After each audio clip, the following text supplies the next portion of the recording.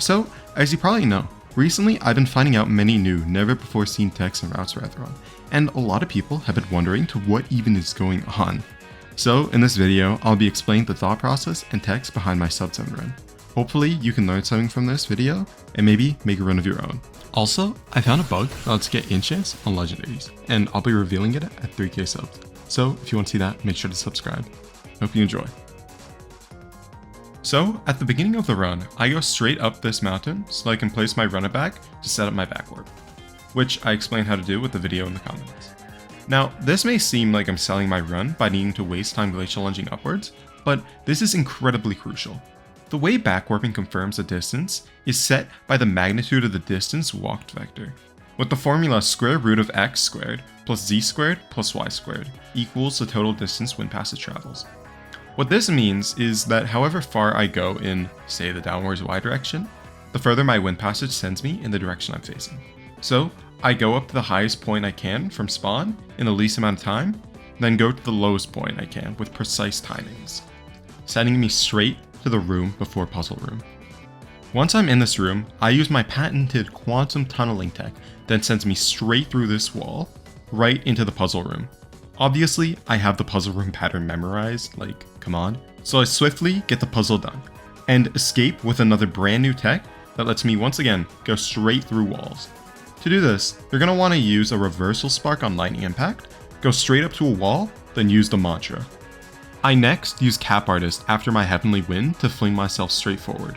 Then I place down my run it back, and use Wind Passage. Once I back warp, I immediately use double jump into Flame Leap, so I can gain vertical distance, allowing me to climb to the portal. Then, when I'm up, I use Lightning Assault to go straight into the portal, an incredibly fast 54 seconds. Once in floor 2, I immediately place down my run it back as fast as I can.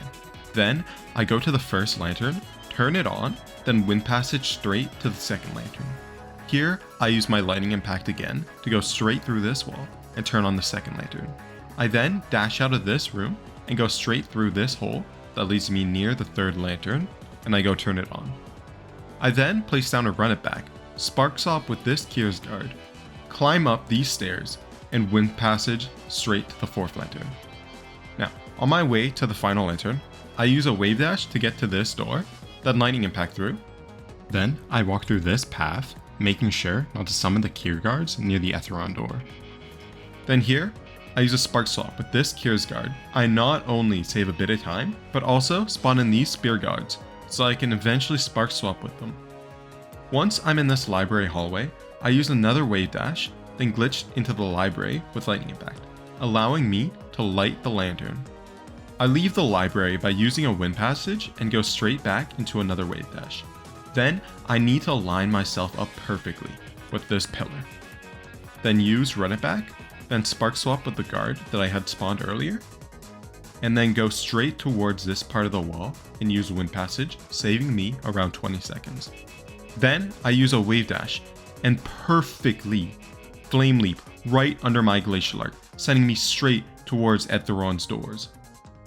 When the fight starts, I immediately switch my mobility mantras with combat mantras, so I can be able to deal enough damage to Ethion for one cycle. Once I get the first floor done, in this run, I mess up incredibly when trying to climb to the second floor, so I have to end up spark swapping with the Kier's Guard.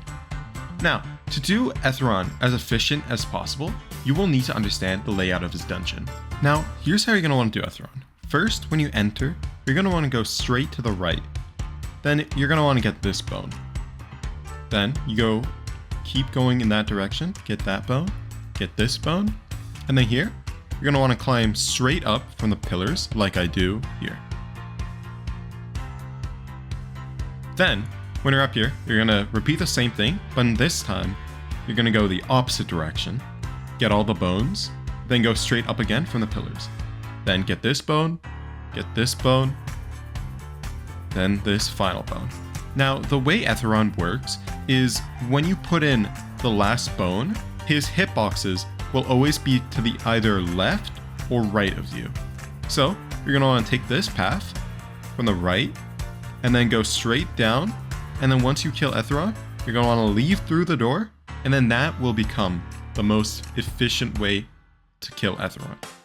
And then now, while walking to the end of floor 2, I don't have any ether to use mobility mantras, so I need to compensate by drinking a potion. I also make sure to not splash the potion, because splashing potions reduces the effects. Once I arrive into this tunnel, I use my run it back, then I win passage, sending me directly in front of these Kiersguards. I swiftly get past them, then spark salt with this guard here to save just a bit more time. Then with that, the run is over, rotting away while waiting for maybe even you to get the next roller.